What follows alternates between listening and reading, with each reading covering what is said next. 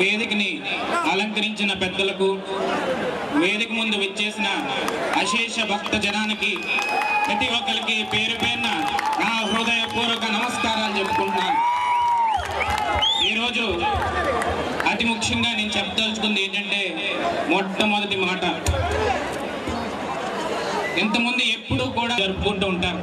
అదేవిధంగా ఈసారి కొంచెం కొత్తగా ఆలోచించడం ఏంటంటే, పండగ రోజు కూడా బాణసంచ కార్యక్రమం తర్వాత అందరూ కూడా ఇంట్లోకి వెళ్ళిపోతారు.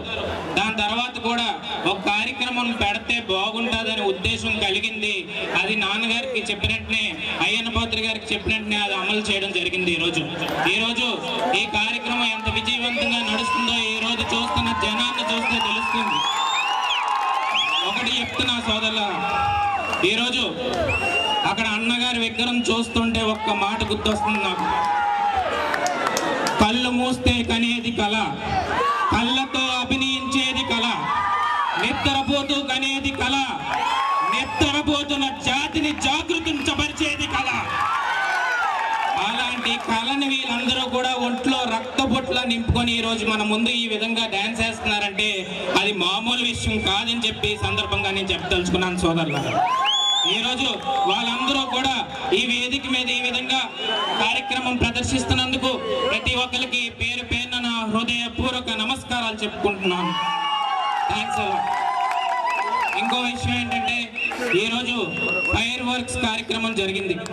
ఆ కార్యక్రమంలో చాలా మందికి ఇద్దరికి కూడా పోటీలు పెట్టడం జరిగింది. పాకిరోపేటకి, అన్నవరం గ్రూప్కి ఇద్దరిలో పోటీలో ఒకరు ఎట్టి పరిస్థితుల్లోని మనం గెలుపుని ప్రకటించాలి. వాళ్ళు పాకిరోపేట టీం. ఎందుకంటే ఇద్దరు బాగా చేశారు, కానీ జడ్జి గారు ఇక్కడ లేరు, రాధాకృష్ణ గారు, వాళ్ళు నాకు చెప్పడం జరిగింది.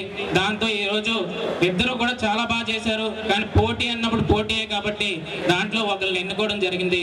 అది పాకిరోపేట టీము. పాకిరోపేట టీంని ముందుకు రావాల్సిందిగా కోరుకుంటున్నాను. మొట్టమొదటి బహుమతి వాళ్ళకి.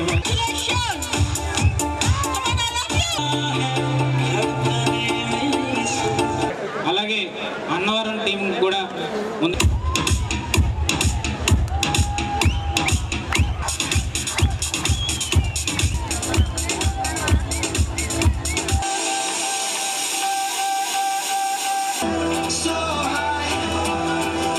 సహకరించారు. వాళ్ళకి పేరు పేరున నా హృదయపూర్వక నమస్కారాలు చెప్పుకుంటున్నాను. ఈరోజు ఇంకా ఇది అయిపోయిన తర్వాత వెంటనే కార్యక్రమం మొదలు పెట్టడం జరుగుతుంది. దాని కంటిన్యూషన్ ఉంటుంది.